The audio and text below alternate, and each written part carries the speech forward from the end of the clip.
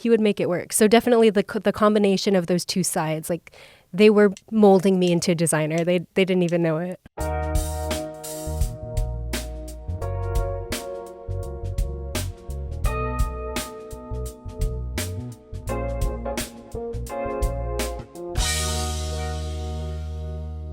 This one is about going from student to working designer and what it actually looks like. Joining me today is Melina Goodwin. Melina, welcome. Hi. Hi. Who are you and what do you do? Yeah, so as you just said, my name's Melina. I am working right now as an industrial designer at LDA in Irvine, and we do a lot of housewares. We're a consultancy, but we do a lot of work for the brand Simple Human. Oh, great. I just graduated 3 years ago from Long Beach. You were my professor. Yeah. So, yeah, it's been an interesting transition, as you were saying. So can you tell me what's that transition been like from being a student, just graduating, and getting into the real world?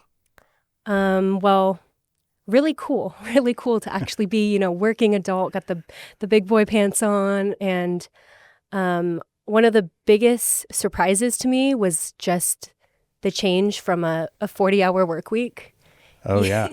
You would think that, the long design classes or other jobs would have prepped you for those hours, but they don't. Can you expand on that? What do you mean? Like, what was that like? Was it more when you were in school, less in school? What is your experience? I think the job itself is not physically demanding, but just going in for those 40 hours, you don't realize how exhausted you are by the time you get home. Right. You don't realize that, any appointments you need to make, any calls you need to make, everything else is also in those working hours. So by the time you get home, everything's closed. You can make dinner, maybe watch a TV show, take a shower, and go to bed. So it's kind of the full adjustment of the college life of having classes at certain hours and flexing your time around to a bit more of a rigorous schedule. It's a different kind of set routine. In school, you have your set routine, but it's not the same. The 40 hours, I think, was kind of a shock to me. It made me really appreciate my weekends, though. I bet. Yeah. What felt familiar from the process you had in school, or the kind of projects you were working on, or the type of effort you were putting in? Yeah. So I think every job is different, right? But specifically my job, I get the pretty cool opportunity to do exactly what we were learning in school. Great. We kind of, we know what products we're going to make, but we do some problem solving, we do the sketches, and we go all the way through from testing our own little models that we print to it. Like, we work with the engineers and stuff to get it into production. So school definitely taught me all of those skills that I use. Like, I use SolidWorks every single day. Oh, that's great. And I didn't really think I'd be doing that. Yeah, that's not always the case, Yeah. and it's great to see you're able to transition pretty seamlessly as far as workflow goes. Mm-hmm. Melina, who or what shaped the way you see the world creatively?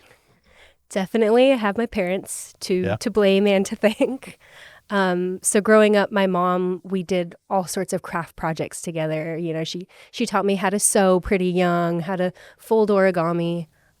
She'd come into my elementary school classes and do projects with the class. So I got to see the world creatively through her, definitely, and really just see how cool it was to make things with your own hands and find beauty in all sorts of things like that.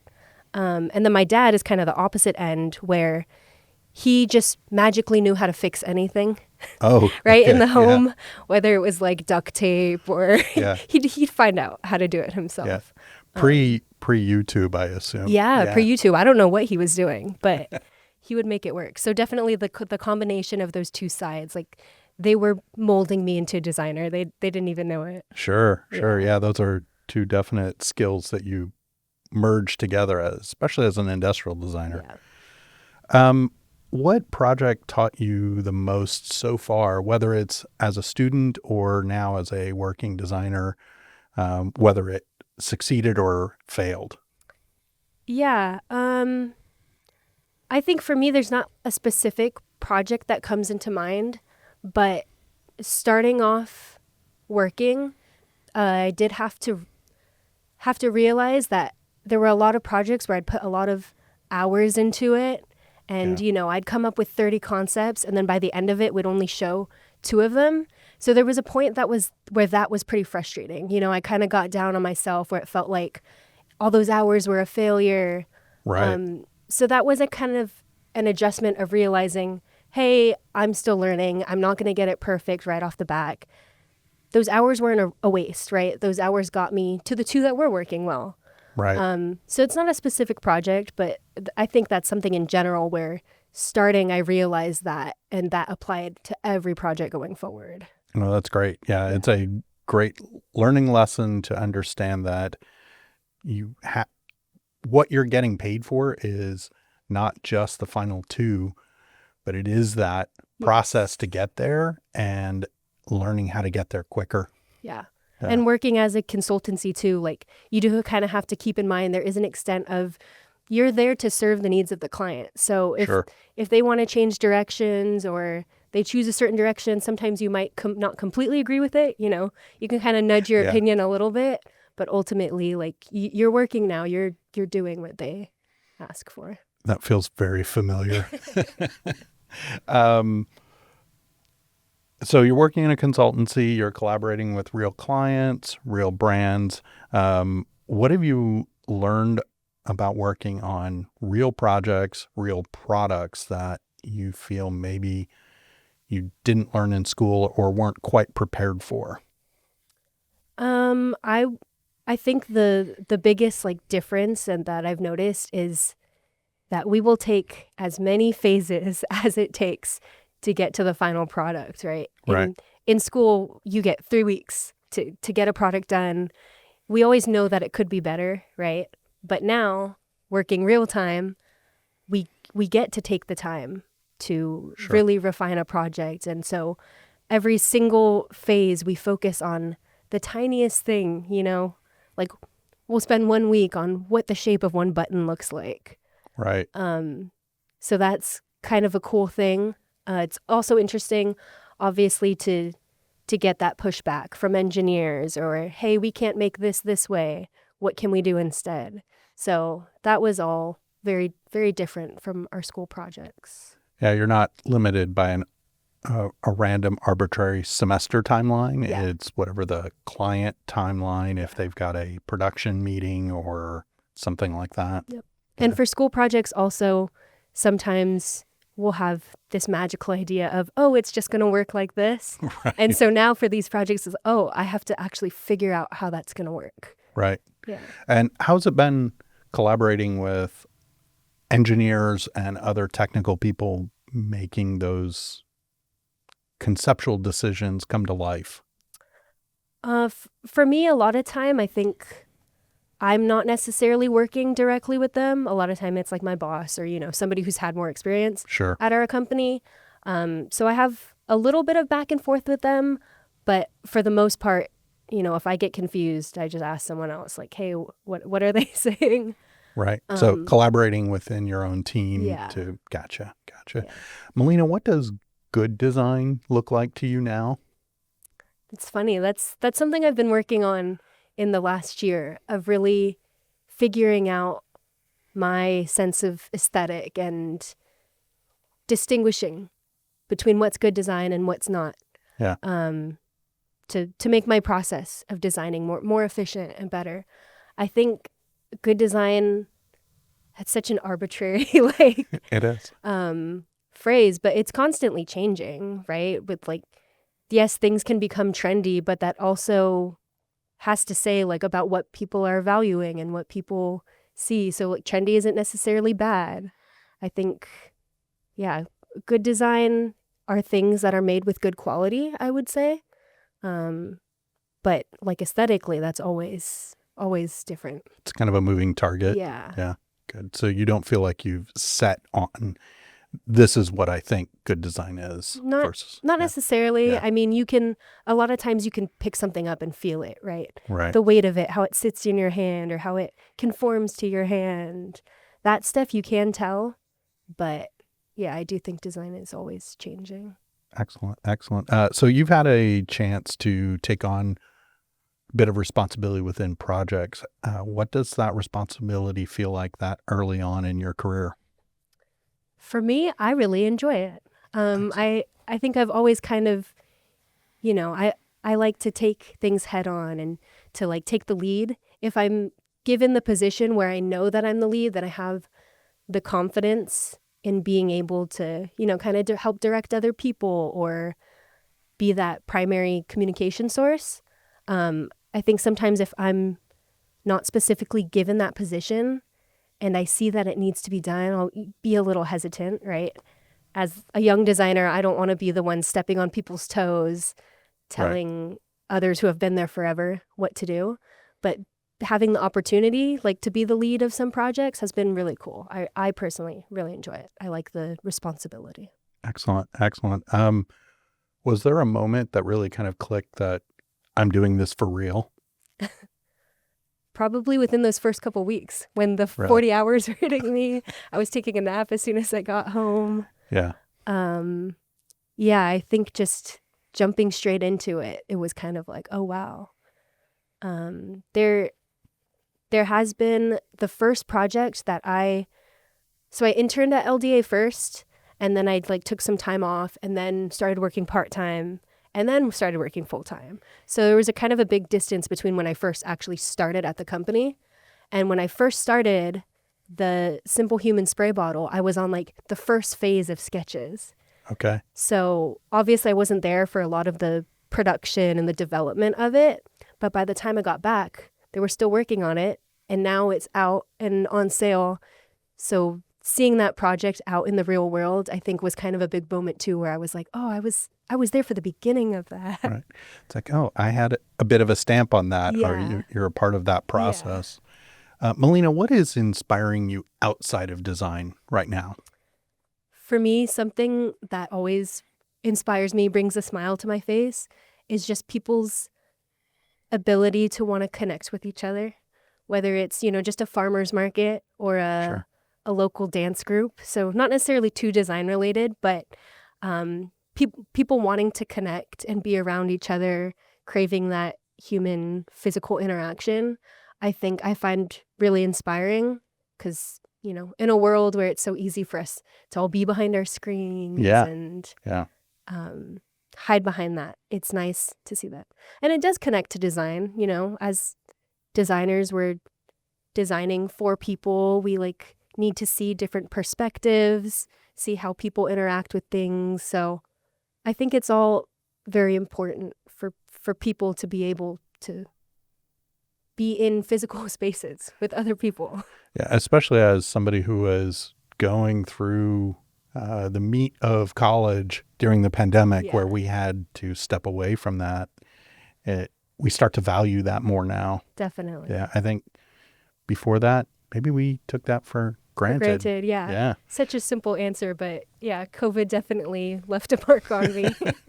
What does success look like for you right now as somebody you were a successful student. You were very strong as a student. Thank you. Yeah. What does it look like to be a young professional successful? I think there's kind of two thoughts of success in my mind. So one is within my career. I think that for me, success in my career is just being able to learn as much as I can, being able to grow as much as I can while I'm in this field. And like I had said, I've been kind of working on being able to really fine-tune my sense of design. And I think ultimately success in that sense for me is being able to make stuff that I'm confident in, I'm confident to show, and I'm proud to put out into the world. Sure. And then not necessarily, I don't think design or success just comes from my career. I think for me, success is all about a good balance between my relationships, surrounding myself with people that I love, and being able to experience things while also being able to balance how my career is going. That's great. Yeah. Solid answer. As you started getting into this early professional part of your life, what gaps did you feel like you had to fill that, not just educationally, but what are those gaps that help create balance for you? Um, hmm. I think just kind of making the most of my time, not letting my work overconsume me and exhaust me. Yeah. Just, realizing that your work is important, focus hard on it while you're there, but also give yourself the break when you go home. Right. It's kind of hard to shut that off sometimes as a definitely. designer. Yeah. You're constantly thinking in the background. When I go to sleep, I see fillets and stuff running across my head. Yeah. Yeah. It's the curse of an industrial designer, I think. Yeah. Looking ahead, what do you think is most needed in design over the next, say, decade? I think design will always be needed. Everything we touch, everything we use has all been designed for to solve a problem or make something better. I think specifically we have kind of a unique opportunity to use our sort of leverage our specialized talents within like the production of daily goods.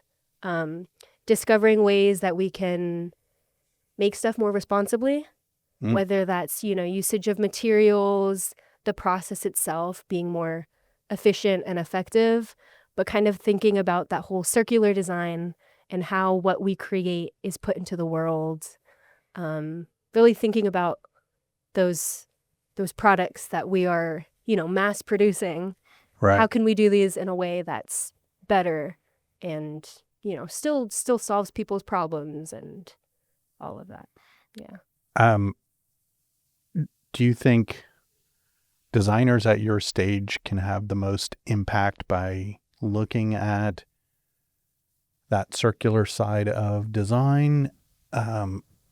What particular elements are you thinking impact that? I do think that young designers definitely do have the opportunity to kind of make the most change there. It's like as we get into the field, we have to learn the processes and realize what is realistic and what is not, kind of it's hard to learn those things when you're in school of, Sure. How a manufacturing plant works, like stuff like Right. that. But I think that we can see it and then rethink everything with this kind of new mindset and come up with ways that maybe can be better. So I think we're starting off, try and implement it as we grow. And I think that that's kind of a cool thing that hopefully we can do. Yeah. Yeah. If you could go back and give yourself one piece of advice, what would you say to student Melina? To student Melina, relax. Relax. Yes, your work is important, but you're going to learn so much more. It was like you were asking if school prepared me. It prepared me, but there was so much that I would never learn from just school. And I am proud of what I did, right? So Sure. I'm not telling myself to relax too much. Still put in that hard work, but there's still so much more to learn. So Right. just be open-minded to everything, I think, and take every experience as a new opportunity to grow. And yeah. Is there any one thing you would have focused on more than another? Like, say, not just, if you're saying not just relax on everything, is there anything that maybe you focused on as a student that was less necessary and maybe you would have spent more time doing one over another? I actually think there's, more stuff I would have focused on. Learned more about the stuff that's a little bit more realistic, rather than spending as much time of making the layout of my page look nice, but learn what kind of manufacturing process might be made or needed to make these ideas that I were coming up with. Right. I think that would have been a cool thing for me to learn about more in school. Yeah. Great. Melina, thank you for the conversation. I really appreciate you taking the time, sharing your perspective. It's great having you back on campus, and I appreciate you helping out the next generation of students and keeping some of us old timers on our toes. So, Of course. Thank you so much for having me. yeah, I'm Max Beach. Keep asking questions.